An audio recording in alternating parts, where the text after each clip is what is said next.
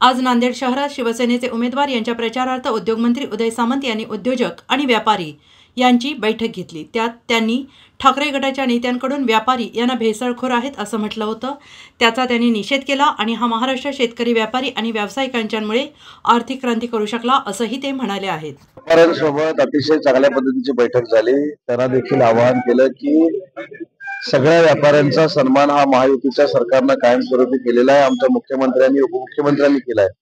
पण उभाठ्याच्या लोकांनी जे व्यापाऱ्यांवर आक्षेप घेतलेले आहेत आणि 4 दिवसापूर्वी आपल्या महाराष्ट्रातले सगळे व्यापारी हे भेसळखोर आहेत अशा पद्धतीचं जे वक्तव्य केलेलं आहे त्याचा जाहीरपणाने मी निषेध केला।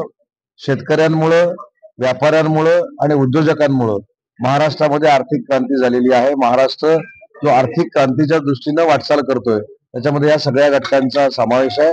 अशा व्यापाऱ्यांवर भेसळखोर हा शब्दप्रयोग वापरून टीका करणं हे फार निंदनीय आहे। साहेब, शेवटच्या टप्प्यात प्रचार आलेला आहे, महायुतीची काय रणनीती आहे? शेवटच्या टप्प्यात प्रचार आलेला आहे, परंतु शेवटच्या टप्प्यातला प्रचार महायुतीच्या सरकारला पुन्हा एकदा प्रस्थापित करेल हा माझा 100% दावा आहे। शिवसेनेची किती जागा आहे? 23 ला करतील साहेब, आज आदित्य ठाकरेविषयी रामदास कदम म्हणतात की पुन्हा चौकशी सुरू करू। मला असं वाटतं की मला हा कोण काय बोललं याच्याबद्दल काय बोलायचं नाही, परंतु एक महत्वाची गोष्ट सांगतो की आदित्यजींना देखील ठाकरे कुटुंबाचा एक वारसा आहे। काल त्यांनी जे रत्नागिरीमध्ये येऊन बर्फाच्या लाद्यांवर आम्हाला टाकू अशा पद्धतीचं वक्तव्य केलेलं आहे ते फार चुकीचं आहे आणि याच्यातच मग टीका टिप्पणी होत असते। प्रत्येकानं संयम बाळगला पाहिजे। बर्फावर टाकणार म्हणजे काय, तुम्ही आम्हाला अटक करणार, बर्फावर टाकणार म्हणजे काय, बर्फावर टाकून मारणार असं त्याचा अर्थ आहे। आम्हाला हे सगळे ग्रामीण भागातले शब्द माहिती आहे आणि त्याच्यानंतर जर रामदासभाईंचा काय उद्रेक झाला मला माहित नाही, परंतु अशा पद्धतीचे वक्तव्य राजकारणामध्ये होऊ नये यामध्ये मी आहे। सभा काल 2 दिवसापूर्वी कळमनुरी विधानसभा मतदारसंघात झाली। ते म्हणतात की 10 दिवस आमचं सरकार येणार, आम्ही बांगरांना जेलमध्ये टाकू। मी दाव्यानेशी सांगतो की संतोष बांगरच विधानसभेचे सदस्य असणार, आमदार असणार।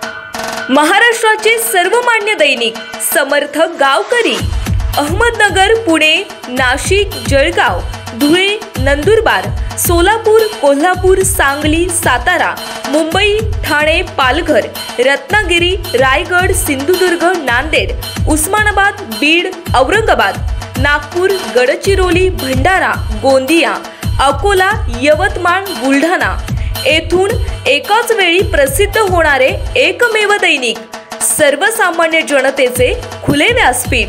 संपादक आहेत विश्वासराव आरोटे। मोबाईल नंबर आहे 94 23 38 85 08। दुसरा मोबाईल नंबर 94 23 46 72 72। तिसरा मोबाईल नंबर 75 88 15 0001।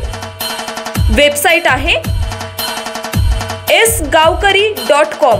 मेल आयडी आहे aklgavkari@gmail.com।